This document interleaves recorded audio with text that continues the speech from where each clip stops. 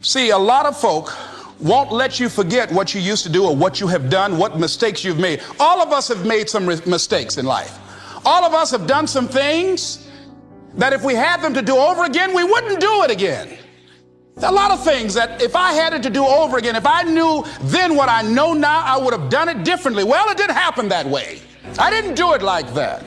Oh, you don't want me to live that down? How you want to keep on putting that in my face about what I did? Guess what? I'm not interested. When you permit things to use you, you can't change the past, but you can interpret. You can reinterpret how you see it. For years, I was going around with a heavy load on my shoulders, feeling bad because I was adopted, doing interviews for adoption agencies and foster homes.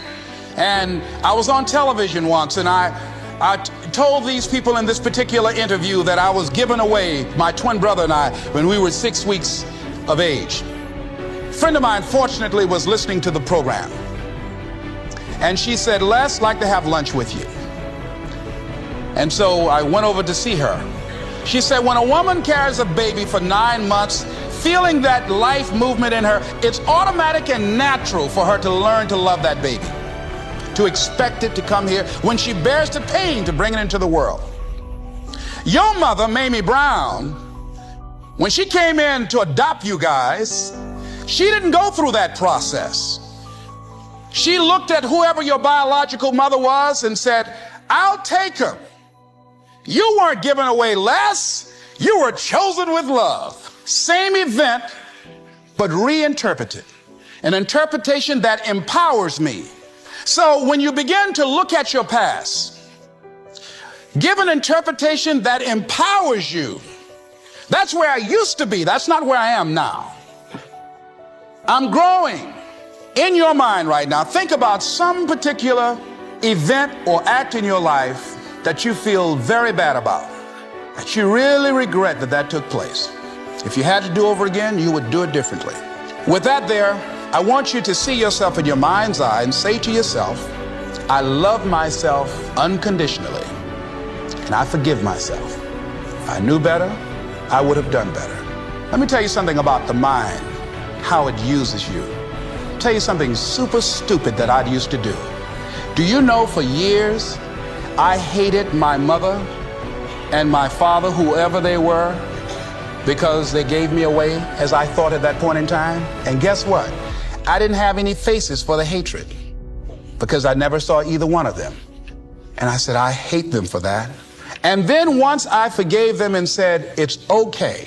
Had they not given me away, I would have never been blessed to have the mother that I have. But when I went through this process, saying forgive them, I remember in my mind as I was trying to picture these people, I had two individuals in my mind standing there with no faces because I didn't know how they look.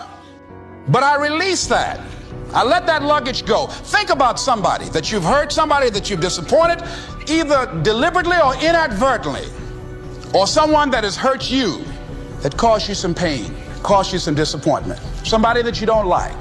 Deliberately or inadvertently, think about them. Somebody that you really, when you think about them, the room turns red, and say, I forgive you. I forgive you unconditionally. Whew, boy, that's a heavy load to let off. Reinterpreting our past, understanding and knowing that we can move from where we are, that we can begin to design the kind of life that empowers us, that gives us happiness, that enables us to be on top of who we are.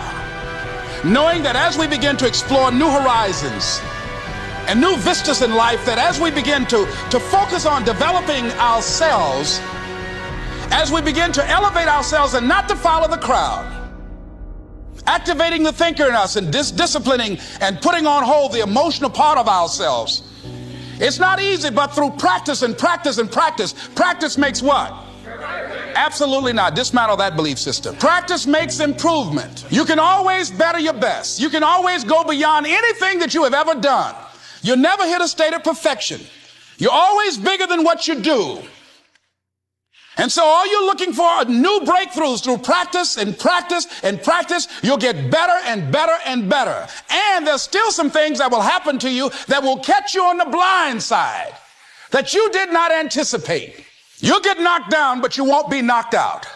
You'll be able to get to your feet again, be on the ropes, but you'll have a fast recovery rate when you work on yourself.